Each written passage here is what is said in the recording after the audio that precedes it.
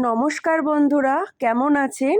আজকে চলে এসেছি বাঙালির অতি ফেভারিট একটি মাছ ইলিশ মাছের বেগুন ইলিশের রেসিপি নিয়ে।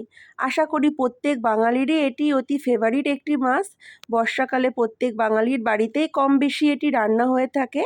তো বেগুন ইলিশ রান্নার জন্য প্রথমেই ইলিশ মাছটাকে লবণ হলুদ মাখিয়ে একটু হালকাভাবে ভেজে তুলে নিয়েছি। তারপর ওই তেলের মধ্যেই আলু আর বেগুনটাকে দিয়ে হালকা করে ভেজে তুলে নিয়েছি।